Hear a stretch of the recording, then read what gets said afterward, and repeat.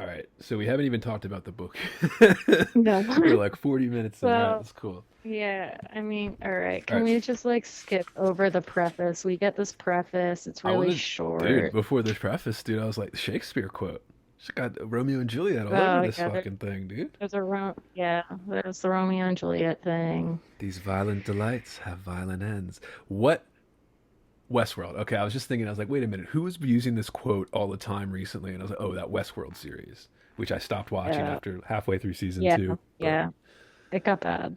it got yeah, it got way too I convoluted and mean, stupid. I didn't think it was very good before it got really bad. It was just good enough to keep watching, but I liked the first season, but so bored the until the end of every reveals, episode. yeah, the reveals Oh, in I was so bored. seasons, It was yeah, like always like 35 minutes of being bored and 10 minutes of shit happening on either end of the episode. yeah, It's it's, so I think that show got overwritten fast. Like, it's like too complex for a TV show. Like, it's like, like, yeah, well, the show for the writers.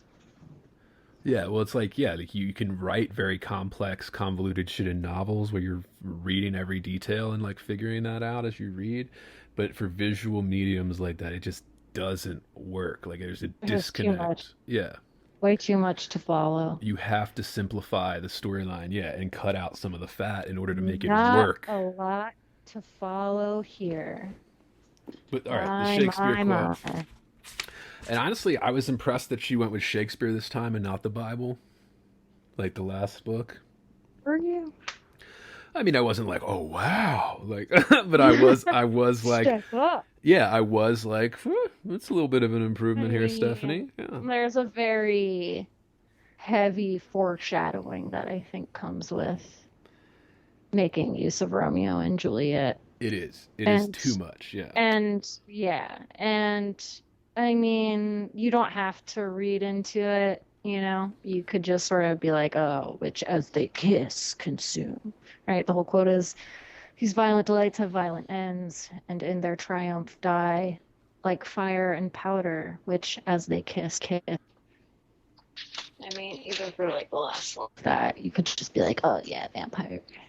yeah, But I mean, I think there is like a bit of a hefty foreshadowing that happens all throughout here, not necessarily like in the best way. I mean, it's a teens book, so it's not like doing any sort of really fancy, like, you know, sly kind of references to Romeo and Juliet. It's all pretty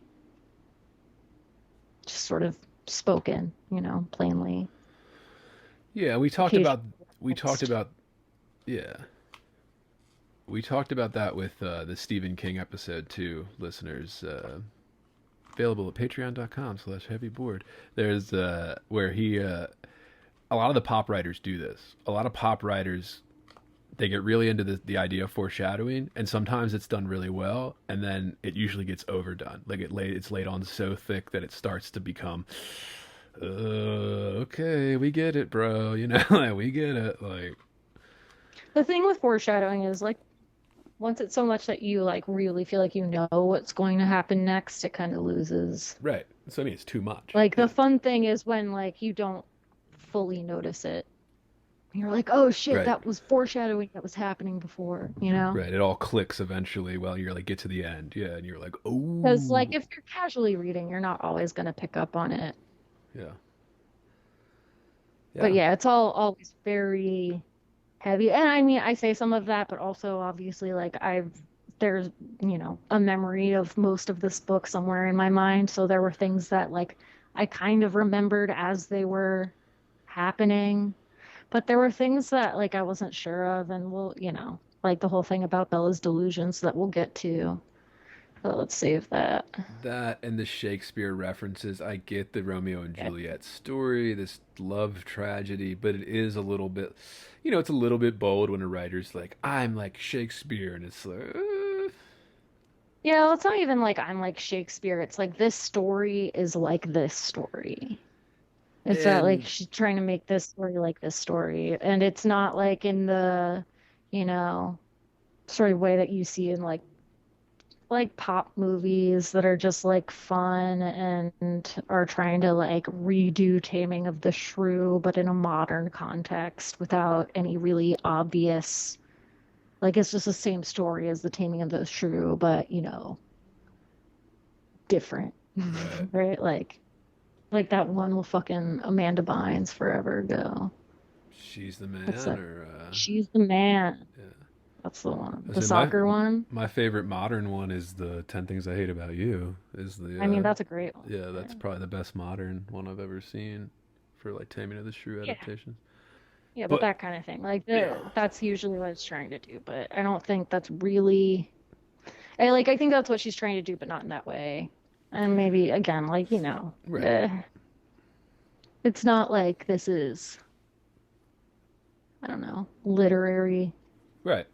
And it is just a Either. nod to like, okay, this inspired me, kind of thing, right? So it's I'm not not like, expecting much of it in terms of its allusion to Shakespeare. yeah,